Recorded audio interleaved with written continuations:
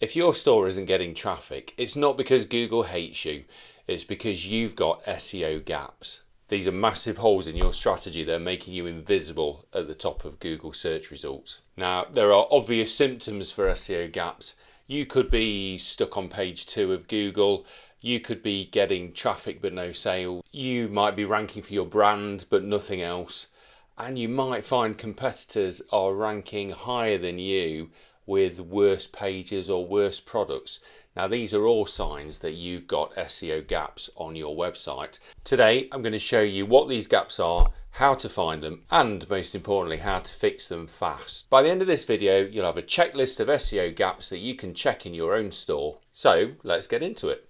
I'm going to use some examples now to take you through the 3 biggest gaps that I'm aware of that are also, thankfully, the easiest to fix. And I'm going to use online examples to show you what good looks like and who could be doing better, so that you can take this away and use it in your own online store to close those gaps. Now, the first of them is the missing category gap, and it's a problem caused by stores optimizing for products but missing out on category opportunities, which is actually where the best sales opportunities come from for e-commerce stores, especially smaller e-commerce stores that haven't quite got that big authority number to compete against the bigger sites on the internet.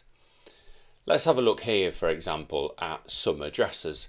New Look are doing this really well. They've called their category page summer dresses, which is fantastic.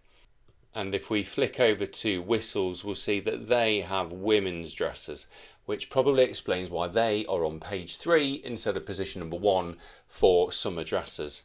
And if I dig down into dresses itself just to double check, and we've got new and petite and casual and maxi and so on and so forth, but no summer dresses. So that's a whole category that they're missing out on the opportunity to rank for page 1. Now let's look at gap number 2. Gap number 2 is weak internal linking. Internal linking, like the name suggests, is a link from one page on your website to another page on your website. Ideally, we have got more links pointing at the more important pages. So your category pages want links pointing at them, and they need to be coming from product pages and blog posts, and they need to have great anchor text that's relevant to the landing page.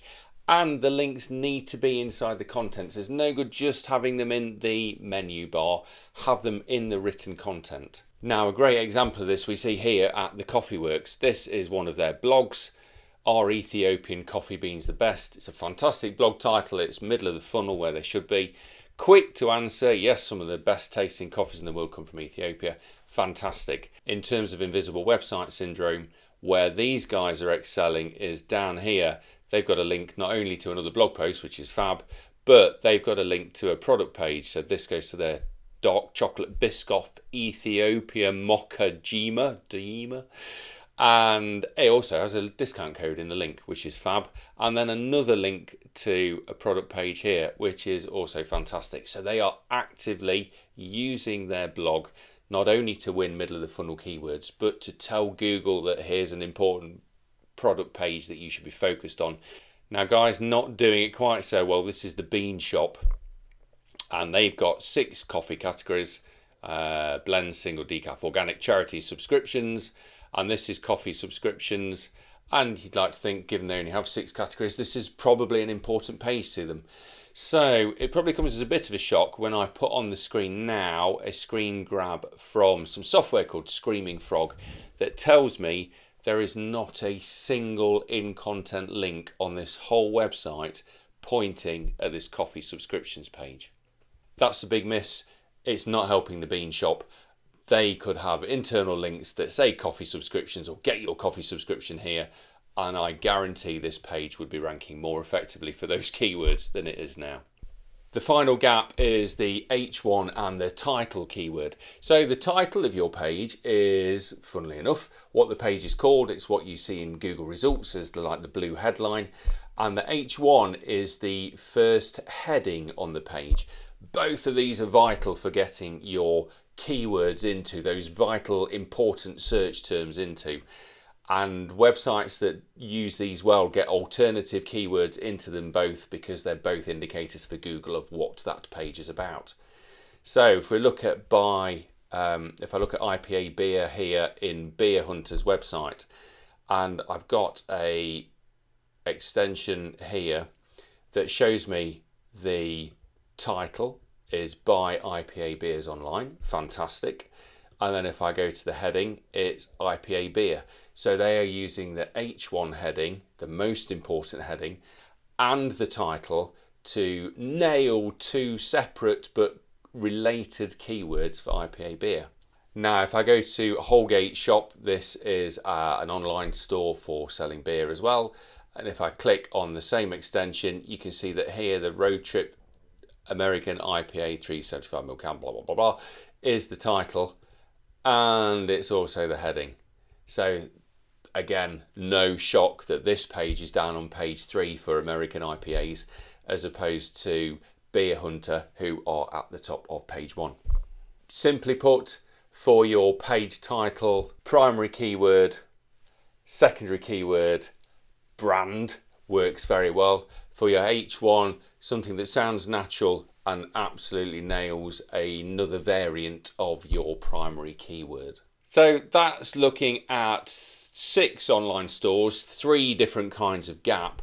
What can you do to find those gaps in your site and to plug them so that you stop suffering from invisible site syndrome? Well, it's a very simple checklist. 1, are you targeting all of the categories that you could be winning, or are you staying too broad and too generic and missing out on traffic from Google?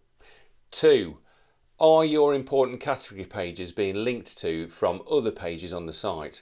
Ideally from a middle of the funnel tackling blog, using anchor text that's rich with your keywords. So the anchor text is the text that the link lives in. That tells Google what the link is about, and it's also more compelling for a human to click on. And then thirdly, you've got a title and you've got an H1 for all of your category pages and all of your product pages. Are you using those bits of free real estate to best effect to tell Google what your page is about? So there's your 3-stage checklist to make sure that you're plugging the gaps in your e-commerce store. I'm interested to know, has this been helpful? What are the gaps that you're aware of in your store? Why don't you comment below this video and let me know, and I'll be jumping into the comments and replying to all of the sensible ones that I receive. And if you find this useful, please subscribe, like the video, because the next one I'll be digging into the #1 SEO gap that is keeping websites stuck on page 2, desperately close to but too far away from free traffic from Google. And if you've got a busy life running your online store and you're not really sure how to work out which are the gaps that you should be plugging, then jump down into the description below and hit the link, and you can book a free 30-minute call with me, and I'll work my way through your site and I'll tell you which I think are the gaps that you should be plugging for the quickest and most desirable impact. Okay, that's it for now. Take care. See you soon.